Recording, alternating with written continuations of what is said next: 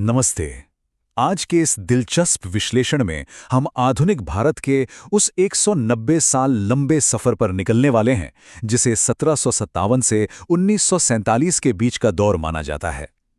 हम सीधे उन पन्नों को पलटेंगे और समझेंगे कि कैसे अंग्रेजों के शासन, बड़े-बड़े जन आंदोलनों और अनगिनत संघर्षों ने आज के हमारे आधुनिक भारत की नींव रखी। तो चलिए इस ऐतिहासिक सफर की शुरुआत करते हैं। अब जरा इतिहास की इस सबसे बड़ी विडंबना को देखिए। ईस्ट इंडिया कंपनी भारत में क्यों आई थी? सिर्फ व्यापार करने। उनका इरादा बस मसालों और कपड़ों का व्यापार करके मुनाफा कमाना था।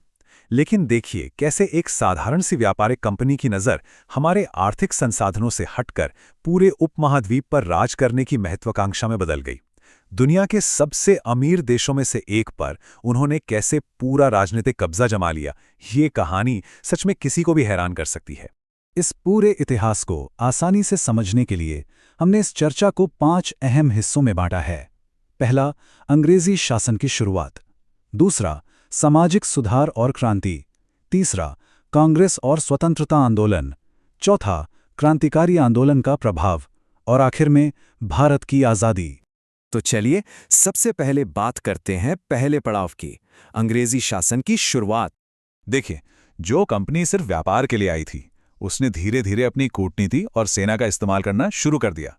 असली गेम चेंजर साबित हुआ 1757 का प्लासी का युद्ध, जब उन्होंने बंगाल के नवाब सिराजुद्दौला को हराया तो असल मायने में ब्रिटिश शासन का पहला बीज बोया गया।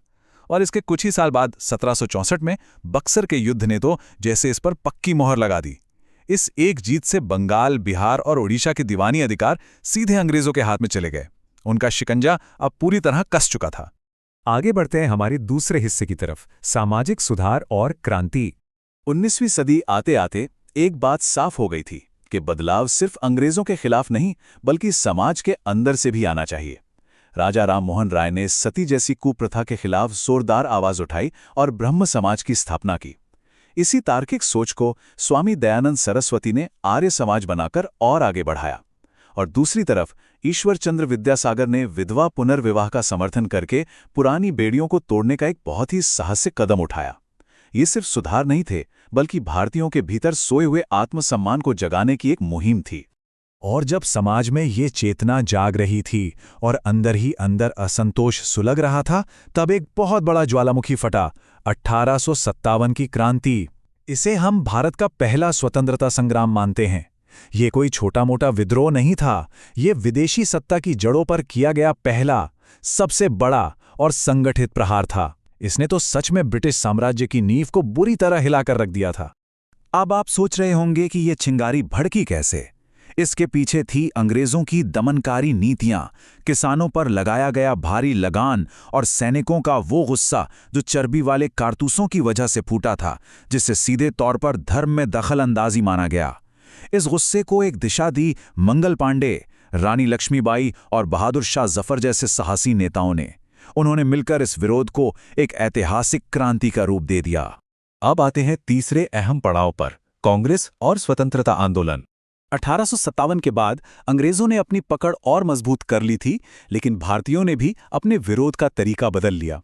1885 वो ऐतिहासिक साल था जब भारतीय राष्ट्रीय कांग्रेस की स्थापना हुई। इनका मुख्य मकसद था भारतीयों के अधिकारों की शांतिपूर्ण तरीके से रक्षा करना।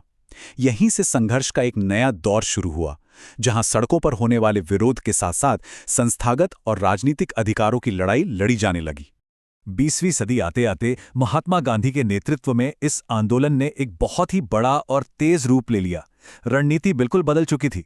1920 के असहयोग आंदोलन में देखिए, लाखों लोगों ने विदेशी कपड़ों का बहिष्कार किया और सरकारी नौकरियां छोड़ दी। 1930 में सविनय अवज्ञा आंदोलन के दौरान दांडी यात्रा निकालकर सीधे नमक कानून तोड़ा गया। और फिर 1942 में आया भारत छोड़ो आंदोलन, जिसने कश्मीर से लेकर कन्याकुमारी तक पूरे देश को एक साथ अंग्रेजों के खिलाफ खड़ा कर दिया। और इसी 1942 के आंदोलन में एक ऐसा नारा गूंजा जिसने पूरे देश की रगों में आग भर दी, करो या मरो। ये अब कोई साधारण मांग नहीं थी, ये एक आर पार की लड़ाई का ऐलान था। देशवासियों ने साफ कर दिया था कि अब पूर्ण स्वतंत्रता से कम कुछ भी मंजूर नहीं। इस एक नारे ने आज़ादी की लड़ाई को एक निर्णायक और सबसे अहम मोड़ पर ला खड़ा किया। अब रुख करते हैं चौथे अध्याय का, क्रांतिकारी आंदोलन का प्रभाव। एक तरफ जहां अहिंसक आंदोलन चल रहा था, वहीं दूसरी तरफ हमारे क्रांतिकारियों ने पूरी ताकत से ब्रिटिश साम्राज्य की नींदें उड़ा रखी थीं। भगत सिंह और चंद्रशेखर आजाद जैसे शूरवीरों के अदम्य साहस और बलिदान ने अंग्रेजों को अंदर तक खौफजदा कर दिया था। उनका मकसद सिर्फ आज़ादी नहीं, बल्कि एक न्यायपूर्ण समाज बनाना भी था। और इसी दौर में सुभाष चंद्र बोस ने देश के बाहर आज़ाद हिंद फौज बनाकर इस लड़ाई को एक सैन्य दृष्टिकोण दे दिया। सोचिए, अंदर और बाहर दोनों तरफ से पड़ने वाले इस दोहरे दबाव ने अंग्रेजों को किस कदर परेशान कर दिया होगा। और आखिरकार हम पहुंचते हैं अपने 5वें और आखिरी पड़ाव पर, भारत की आज़ादी।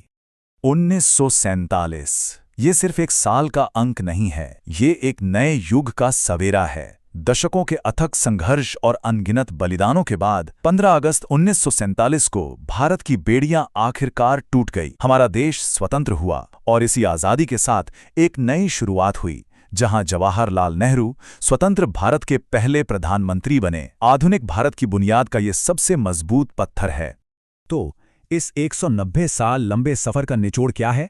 आज का आधुनिक भारत जिन स्तंभों पर खड़ा है, वो इसी इतिहास से निकले हैं। चाहे वो अंग्रेजों की छोड़ी हुई प्रशासनिक और रेलवे जैसी विरासत हो, हमारे समाज को बदलने वाले गहरे सामाजिक सुधार हों, या फिर विशाल राष्ट्रीय आंदोलनों की ऊर्जा, और सबसे अहम बात, एक जीवंत लोकतंत्र की शुरुआत। इन्हीं सब चीजों ने मिलकर हमारे आज के भारत को गढ़ा है। अब जाते जाते एक सवाल छोड़कर जाना चाहूंगा। सामाजिक सुधार और स्वतंत्रता संग्राम, ये जो दो बड़े स्तंभ हैं, ये आज भी हमारे आधुनिक लोकतंत्र को कैसे परिभाषित करते हैं? क्या हमारा वर्तमान उस लंबे संघर्ष और उन महान आदर्शों के साथ न्याय कर रहा है? ये सिर्फ बीता हुआ इतिहास नहीं है, ये हमारे आज का आईना है। इस पर विचार जरूर कीजिएगा। हमारे साथ इस ऐतिहासिक विश्लेषण में जुड़ने के लिए आपका बहुत बहुत धन्यवाद।